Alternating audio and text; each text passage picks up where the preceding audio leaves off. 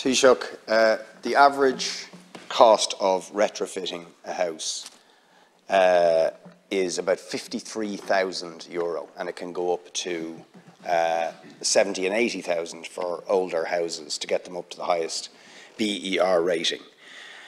So, if you're wealthy, the mooted changes in grants will benefit you.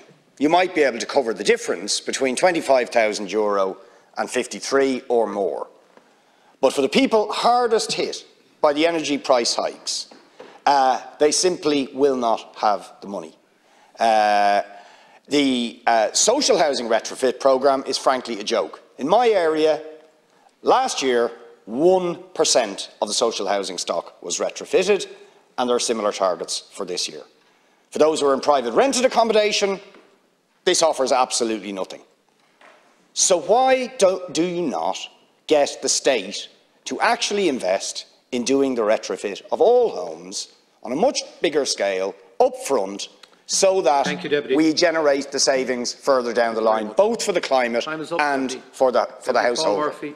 A number of people have talked about the retrofitting generally, a number of deputies, and just simply to say this, about 465,000 houses have had some retrofitting or other since 2020. Since 2000 to 2020, and since schemes began really in earnest in 2000.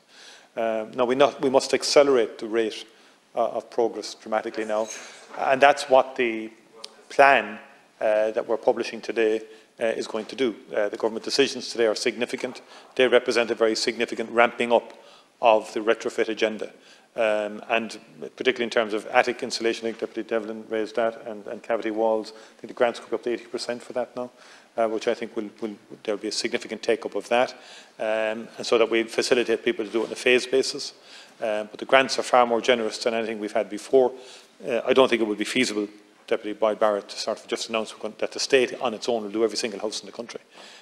Just not going to happen, and that's not in the real world a possibility. I think the key challenge for us in terms of even the targets that we have set, and some have pointed, I think Deputy Smith and others, the key challenge we will have is on the skills front. And that is why it's important that we map out that how the carbon tax revenues will be used for the retrofitting programme. About €5 billion from carbon tax revenues over the next decade will be used for retrofitting.